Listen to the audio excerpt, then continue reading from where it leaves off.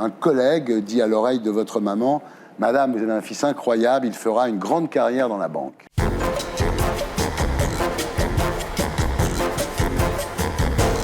Et nous accueillons notre invité du samedi 20h ce soir, Jean-Paul Alou. Bonsoir. Alors, Jean-Paul Alou, vous publiez chez Michel Lafon un livre intitulé « Tous les banquiers ne finissent pas en prison, moi, c'était dans la rue ». Alors, ancien banquier, maître de conférence, vous racontez comment vous êtes passé de l'atmosphère feutrée des grands restaurants parisiens au monde de la rue, comment vous, le nanti parmi les nantis, avez tout perdu. Travail, famille, maison, amis, tout.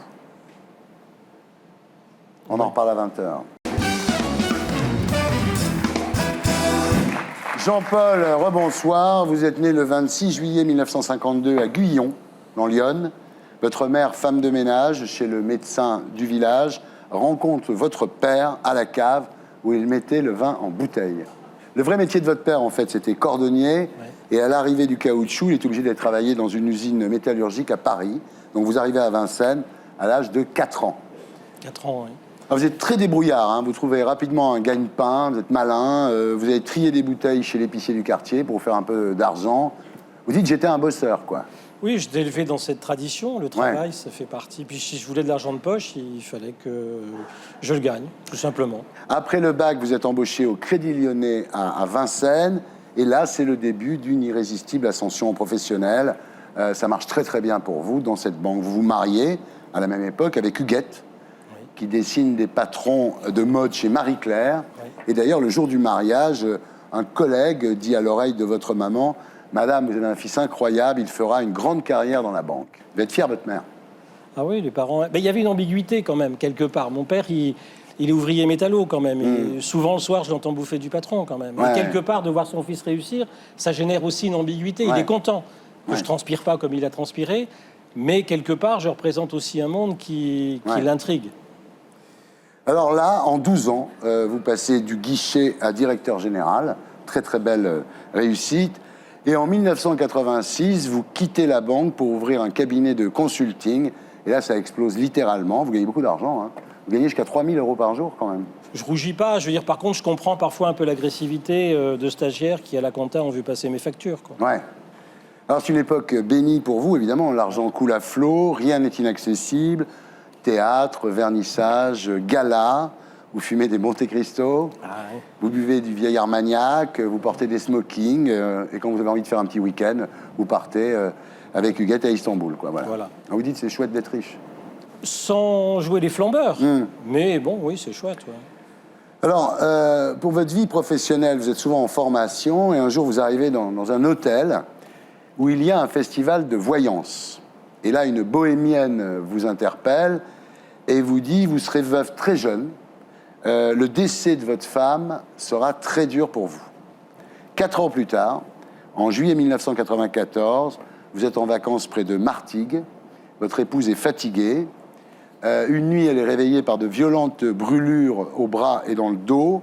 Et quand on lui fait des examens, on découvre un cancer généralisé, métastasé sur la moelle épinière, les côtes et le bassin. Les médecins disent on lui donne 3 mois. Moi, ils me disent il y en a pour 3 mois. Et ils lui disent, on va vous guérir. Ouais. Et là, ils nous font rentrer dans le mensonge, et je vais beaucoup souffrir de ce mensonge-là. Alors, votre femme, Huguette, vous parle d'un traitement miracle qui est interdit en France. Ça vaut 1 500 € l'injection. Et évidemment, ces cures vont engloutir toutes vos économies. À partir du moment où il y a de la monnaie, je sais que l'argent, ça va, ça vient. Ouais. Donc, je ne me pose pas trop de questions par rapport à la monnaie. C'est ce qu'elle veut. Donc, bon, voilà. Vous payez. J'accepte, je paye. En 1997, Huguette décède. Là, vous rencontrez Mathilde, donc qui est une étudiante, elle est même beaucoup plus jeune que vous. Voilà. Et puis, vous l'avez connue pendant l'agonie d'Huguette, quoi. Oui. Oui, c'est sûrement ce qui va, au départ, me traumatiser aussi. Mais voilà, bon, c'est... j'enchaîne la vie et... C'est la vie, voilà. Ouais. Alors, 6 mois après, vous l'épousez. Alors là, faites pas les choses à moitié, hein.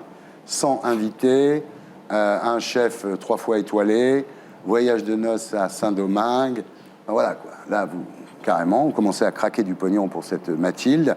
Mais vous dites, c'est pas grave, en fait, je gagne de l'argent. Vous dites à l'époque, je suis une machine à cash, quoi. Quelque part, j'ai envie de repartir et de non pas oublier ce que j'ai vécu dans ces moments dramatiques, mais voilà, de me dire, il faut que je partage un certain nombre de joies. Ça passe, à l'époque, j'en étais convaincu, ça passe par, effectivement, un échec. Alors voilà, la vie avec Mathilde vous coûte cher. Hein. Oui, enfin, je partage. Non, mais elle veut déménager. Oui, il y a une Vous n'êtes pas trop instabilité d'accord, aussi. mais bon, vous y allez quand même. Voilà, oui. Et là, on vous propose de gérer la fermeture des établissements Matra à Romorantin. Alors, vous dites, bon, j'ai besoin d'argent, j'y vais, c'est super bien payé. Mais bon, là-bas, à Romorantin, vous bossez 18 heures par jour. Et vous revenez, en fait, à Avalon chez vous uniquement le vendredi soir. Vous vous éloignez de votre famille, inévitablement. Mathilde vit assez mal, elle s'enfonce dans la mélancolie. Et en avril 2005, elle vous quitte. Oui, j'ai pas vu venir. J'ai une expérience, une histoire passée avec Huguette. Elle est brestoise, elle est fille de marin. Que l'homme soit constamment sur la mer et revienne de temps en temps, ça n'a pas été gênant. Donc je continue à ce rythme-là. Et je suis pas vigilant. Je vois pas trop ce qui se passe. Du fait que je ramène la monnaie, que mon métier en plus me passionne, ça a été Matra, une aventure humaine extraordinaire. Bon voilà, je m'aperçois finalement avec le recul, je partage de la monnaie, quoi, mais je ne partage pas grand-chose d'autre. Voilà. Alors là, non seulement elle vous quitte, mais ensuite il y a combat pour la garde des enfants. Là, je veux dire, psychologiquement, je m'effondre complètement. Ça vous brise cette histoire. Et en septembre 2006, vous n'avez pas de boulot et vos droits aux ACDIC sont épuisés. Et là, c'est terrible ce qui vous arrive. À l'âge de 60 ans, vous êtes obligé de retourner chez papa-maman. Ça, c'est épouvantable. En plus, vous êtes obligé de raconter que c'est une mauvaise passe. Vous ne pouvez pas dire la vérité. Non, je suis obligé de le dire, c'est plein d'espoir parce qu'ils ont fait leur vie et se récupérer leur gamin à cet âge-là, ils ne pensaient pas que c'était possible, quoi. C'est... voilà, donc... c'est terriblement humiliant pour vous. C'est humiliant, oui. En même temps, désagréable, parce que vos parents, ils se lèvent à 6h30 du matin, ils dînent à 19h. Enfin, c'est pas du tout la vie à laquelle vous étiez habitué. Et puis la honte de votre mère dans le village, parce que vous étiez finalement le môme qui avait réussi, et là, on vous voit traîner. Et... Il y a eu la fierté, et puis après, il faut raser les murs. Là, votre père est victime d'Alzheimer, il finit par mourir, et votre mère part s'installer chez sa fille, et elle met la maison en location. Voilà. Alors là, il n'y a plus de maison, plus d'aide. Là, il n'y a plus rien. C'est-à-dire que, d'une part, il n'y a plus de toit. Je pense pouvoir être hébergé chez quelqu'un que j'avais hébergé pendant plusieurs mois. Et puis, qui me fait comprendre que, bon, elle a autre chose à faire. Bon, OK. Et là, je me retrouve effectivement sans toit. SDF. Et puis sans ressources. Bon, là, de ma faute. Hein, je trouve des petits boulots que je ne déclare pas. Donc, je suis dénoncé. Et là, les allocations me sont supprimées, donc le RMI m'est supprimé. Et là, il n'y a plus rien. Alors, vous ne voulez pas en parler à vos enfants ni à votre sœur, parce que vous êtes fiers. Ils ont leurs problèmes en même temps, donc vous dites, je ne vais pas leur en parler. Vous vous retrouvez comme un SDF, vous vous retrouvez à ramasser des mégots pour fumer. Oui, je vais choisir les bouts-filtres. Je pense que c'est plus hygiénique, alors pour remplir ma pipe... Le seul endroit où vous pouvez dormir à l'époque, c'est la Seat Ibiza où vous... Et là, c'est toujours un peu la trouille des tuniques bleues parce que j'ai plus mon permis. J'ai plus de points.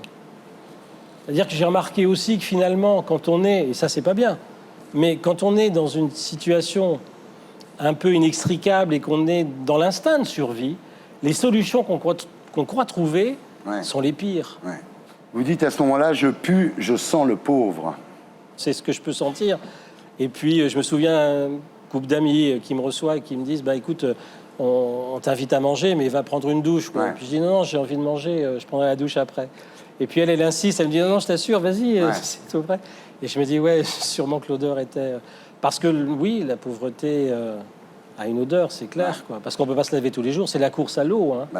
Alors là, vous vous réfugiez dans le sous-sol de la maison de votre mère, en fait, illégalement. Ah oui, parce que j'ai pas le droit d'y être. Alors vous dormez sur un matelas pneumatique, vous faites une table de nuit avec un parpaing.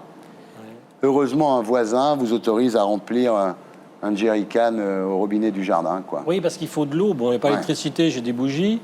Il faut de l'eau quand même pour au moins se rafraîchir le visage, pour boire. Et oui, c'est la course à l'eau. Alors au bistrot, vous donnez des conseils financiers en échange d'un café, quoi. C'est vraiment la zone, quoi. Les gens savent qui je suis, d'où je viens. Et puis il y en a un qui vient me voir un jour qui me dit voilà, j'ai mon portefeuille titre, qu'est-ce que tu peux me conseiller dans les arbitrages? Et je commence à lui dire des choses, mais il n'a pas envie d'entendre ce que je vais lui dire. Et là, ce qui me renvoie, moi je deviens comme Cassandre, hein. J'ai le pouvoir de dire, mais j'ai plus le pouvoir de convaincre. Et là, je sens qu'il il voit en moi le SDF. Alors, en buvant votre café, vous lisez La Bourse dans le journal. Oui. Évidemment, ça vous a toujours beaucoup intéressé. Vous lisez les petites annonces, mais c'est difficile parce que même pour un boulot à la plonge, vous n'avez pas la qualification. C'est-à-dire, le mec vous dit, moi, j'ai des gens qui font la plonge chez moi depuis 15 ans, ils savent le faire. Et toi, il va falloir que je te forme, alors que sur le marché du travail, il y en a 200 qui vont se pointer, qui ont 10 ans d'expérience. Voilà, alors vous tentez tout pour retrouver du travail, mais ça ne marche pas, quoi. Vous êtes complètement désespéré, et un jour vous vous rendez sur la tombe de votre première femme, Huguette, et voilà, vous lui dites pourquoi m'as-tu abandonné, quoi. Ma vie, c'est devenu une tartine de merde, quoi. Et là, je frôle la folie sur la tombe d'Huguette, parce qu'effectivement, je lui parle, je l'invective. Il y a des moments, je lui dis, regarde, tu nous as laissé tomber, c'est vraiment la merde, quoi. C'est clair. Là, vous pensez au suicide? Ouais, ça me traverse l'esprit. Et en fait, vous êtes convoqué au tribunal pour une affaire de fraude au RMI. Donc, vous vous dites, là, ça y est, je vais arriver dans la salle du tribunal. Vous avez préparé un cocktail de médicaments. Je vais les prendre en salle du tribunal. En plus, Mathilde sera là. Comme ça, elle verra le mal qu'elle m'a fait. J'ai envie de partir sur un geste un coup d'éclat. Théâtral, un coup d'éclat. Et c'est décidé, quoi. Donc je répète bien, j'ai la petite bouteille d'eau, j'ai la poignée dans la poche, tout est prêt et j'attends que le truc arrive. Le procès est reporté. Ben là, c'est bon, c'est incroyable, il manque un juge, en fait. Le bon Dieu voulait pas de moi ce jour-là, quoi. Là, vous sortez du tribunal, vous jetez les médicaments dans le caniveau.